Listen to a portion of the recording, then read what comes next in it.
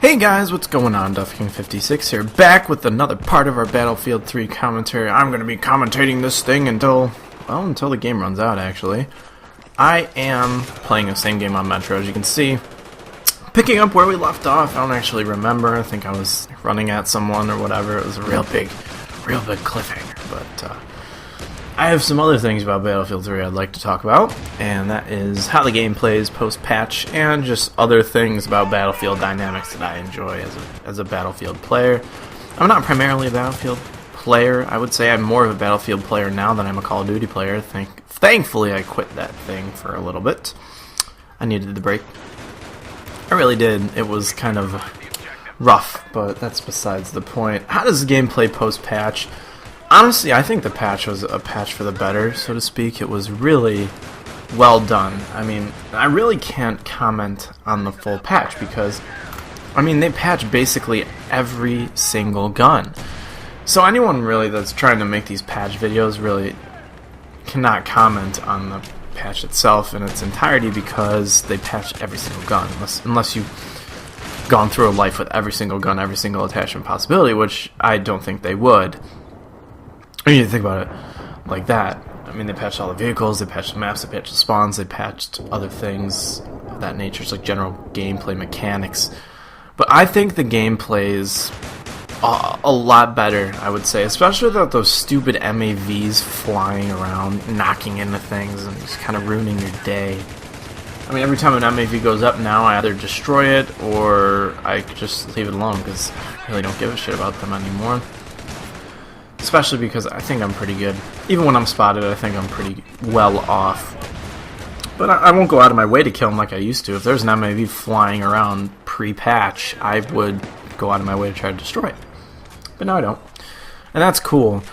But I do think they still need to address the matter at hand. That is the USAS. People are still using those frag rounds, to my dismay. Although, even though, I mean, think about it too, like, even though these servers are like, no USAS, blah blah blah, no shotguns, they still let these guys get away with it, you know? If someone comes in, gets pissed off, normally at me, for using my 870, and they'll take out their M10, or they'll take out the USAS, take out their striker or whatever, put the frag rounds on it, and just go to town on everyone. I really think there should be maybe not a damage reduction, but like a range reduction over time, or something along the lines of that, or just reduce the ammo even more. That'd be awful. That'd really just curb the gun. But like I said, they still have to keep balance. I understand. I mean, and those who use the USAS with frag rounds, just because you switch to buckshot because of server rules doesn't mean that you're doing any bit better. Okay? I know that they're really only effective at close range, but they really are very, very well at medium. I think they're good at medium range, that is. I use it with my 870, I use the buckshot rounds, and even though I've had some short range issues with it, I feel like it's a pretty good superpower at medium range, which is also nice. And another thing that I really would like to address about the post-patch is, I don't know if people really see this, but I have recently. I like C4, so I go out of my way to use C4 on tanks, and whenever I can find a creative use for it. But there's a problem is when tanks will drive by me and things of that nature, I'll try to throw C4 on as it's going away, you know? And I'll get the C4 out there in time, or at least close to in time. And there's some sort of graphical glitch or bug where it looks like the C4 sticks on the treads. So when you're in the franticness of trying to put C4 on a tank, you don't notice that there's an X button, you know, floating around under the tank to say pick it up.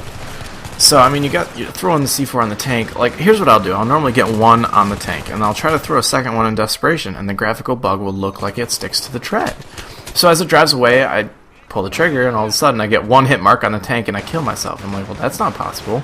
I look down, there's a huge moon-sized crater at my feet because I blew myself up with the C4. I'd really like for them to address that. At least, you know, give you some more of an indication that you missed your C4, or, you know, maybe your player can say C4 armed or C4 planted, or you could even have like a counter. No, I don't even think that would work. That wouldn't work, but I would like some bigger identification that C4 is, you know, placed down. Besides that, honestly, the game has been playing very fluidly. And that's why I love the game so much, I would have to say. It's just the gameplay, even though it's slower, like, games take longer. You know, I'm not going to doubt that. I had an hour and 5-minute long game last night, which, by the way, was an epic comeback of epic proportions. It was just Jesse and I, and like, a bunch of crap kids against a team of 11. We were down 2 guys, and we were down 200 tickets, and we came back and we ended up winning. It was like 5 to 160, and we came back and we did not lose 1 ticket. We got 5 tickets, and we won. It was pretty awesome. It was on Tehran Highway, too, which is why it was even more epic, because that map sucks. But the gameplay is really fluid. The combat, I think, is a lot better. The gun-on-gun play is a lot better. You don't have a lot of FAMAS people running around anymore. That's another thing I noticed. They really did a good job balancing that gun, tweaking it, I should say. People hear the word balance, and they flip out. They tweaked it.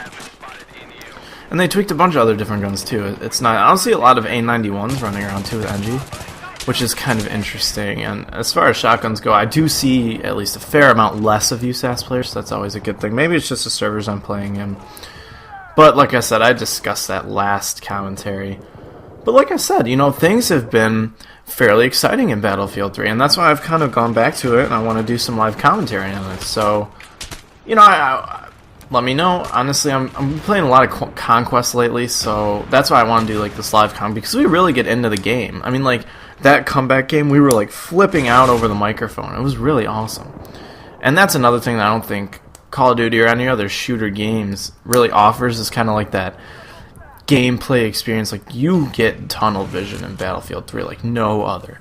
When you're in the middle of a fight, or when you're getting suppressed, or like you're in a tough battle, like, especially battling for B on Operation Metro when it hasn't been capped yet. Oh, some awesome stuff. Like, oh my gosh, choke points they're not, you can actually take them over.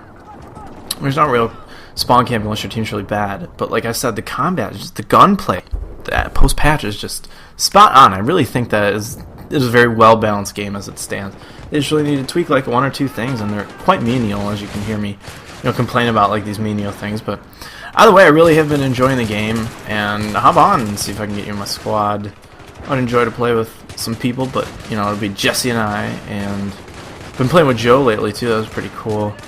By the way, guys, hopefully you enjoyed this commentary. A little bit of Battlefield 3 special.